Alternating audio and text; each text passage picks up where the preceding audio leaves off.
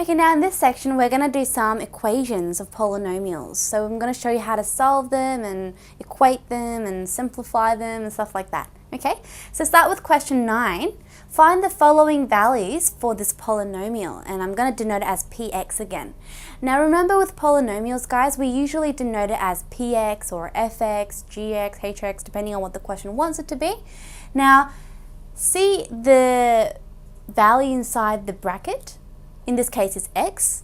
That's what the equation or the expression, which should be in terms of. So see how the bracket is x? That's why this equation is it's in terms of x. These x's must be respective to this x. Okay? Now see here in A, I've replaced the x with a 2. This means that I must replace all the other x's with 2 as well. Okay, I've seen a lot of people get confused with these notations, but just concentrate on what the x inside the bracket is replaced with, and just replace all the other x's with the value inside the brackets. Alright, so let's put it in. X is now going to be 2, so we substitute x with 2, like that. And then the rest is just simplification, which you guys are experts on. So 2 to the power 3, and you can simplify this. It should be just 30. I'm not going to go through the detail on every single little calculation, but have a look at that one. Can you see it's pretty simple, right? So B, if I have P bracket -4, what should I do? I must replace all the x's with -4. Now guys, I know some of you are really good at simplifying this stuff, but I want you guys to be safe and use brackets all the time. So, because especially when we have negative numbers. So like this, I've used brackets around the x's, so I've put brackets around -4. And then on the next step, I'll simplify. Okay, that's very, very important, because I see so many people make silly mistakes like that when they're simplifying.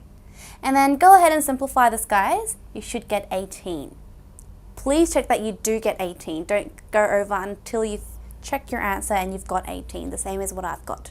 Alright, because I'm not going to go through, again, all the calculations in detail. Now we've got P0 this time. So we substitute all the x's with 0, like I did with all the other A and B. So substitute 0 into your x.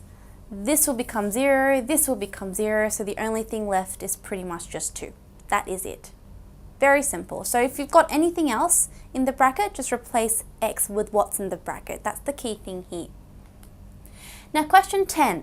This time is a different type of question. They say the polynomial px is x squared plus 2x, and they tell us that px is equal to 15. See how this is px? So that must be equal to 15, isn't it? So that's what I'm going to make as in my equation. So now I can solve it, because I want to solve for x. When they say solve, they're asking for us to solve for x. So it looks like it's a quadratic. So I'm going to move everything onto one side and make it equal to 0 and factorize. I'm going to use 5 and -3. And if it's equal to 0, what's x, guys? You should be very, very quick at this. X is -5 or 3. Just our usual quadratics. So if you've got your quadratic equation built up, the rest is just some algebra, isn't it? Question 11. Okay, similar kind of question. Px is x cubed minus x, and they also tell us that px must equal to 0. So our x cubed minus x must be equal to 0. So we don't have any more constants, so now let's just start off by factorizing. What's the common factor, guys? The common factor is x, so I'm going to factorize by x, so we have x squared minus 1 left inside the brackets, and we can go further, can't we? Difference of 2 squared, because 1 is 1 squared. You should be able to factorize it like that, isn't it? And therefore, guys, what is x? X is, from here, 0, +1, or -1. So we have 3 values. Don't make sure you get all those 3 values. Don't miss the 0. And that's it. Okay. 12. Exact same question, well, exact same type of question. So I want you guys to actually have a go if you can. Some of them are actually pretty simple. So again, they tell you that this is px, and this px equals to 1. So this expression must equal to 1. Now I'm going to move everything onto one side to let it be equal to 0 again. and see that 1 minus 1 just becomes 0, so the constant just disappears. And again, I'm going to factorize. So what's the common factor? Common factor is 3x, isn't it? So I'm going to take out 3x, and so factorize by 3x, and we have x squared minus 4 left inside the brackets. Again, similar to the previous question, we have difference of two squares, don't we? 4 is 2 squared. So factorize it again, difference of two squares method. And then now we can solve. What is x, guys? X is 0, positive 2, or negative 2. Again, 3 different values for x. Make sure you get all of them. And that's pretty much it. Similar to the previous two questions. All right, let's have a look at this one. Px equals 2, this expression here. And now I'm going to introduce another polynomial, qx. And they tell you that qx is this particular expression. Now they also give us a property. They tell us that px equals to qx. So these two polynomials are equal to each other. So because this is px and this is qx, I can let them be equal to each other because they tell us that they're equal. And now we can just simplify and solve for x. So I'm going to move everything onto one side to gather the like terms. So you can gather the x squares together, the x's and the constants, which is going to look like that. I'm just going to move everything onto the left-hand side. And then, again, it's another quadratic, so factorize it. I'm going to use positive 1 and negative 3 as my factors. And if you solve it, guys, just our usual quadratic solving, x is negative 1 or positive 3. That's all there is to it. So just make sure you identify the key point of the question. The key point here is that these two expressions are equal. And then the rest is probably a lot of quadratic solving. Yeah?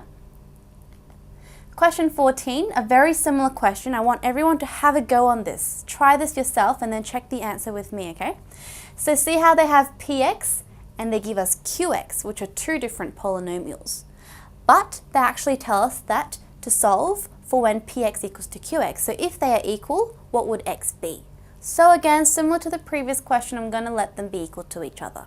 And then gather your like terms by moving everything onto the left-hand side, together, all your like terms together, and you should be able to simplify it like this. I won't go through the detail. Now, if I want to factorize, I should first take out the common factor, right? And you can see that the common factor is x, so I can factorize by x. And we still have something left inside the bracket in which we can factorize further. It's a quadratic. I can use 1 and negative 4, right? So if I ask you what are the values of x, x should be 0, negative 1, or positive 4. All easily found from my factorization. Okay, can you guys see that? So equations involving polynomials are very, very simple. Just make sure you know what your first step is and the rest is just a bit of simplification. All right, that's the end of this part.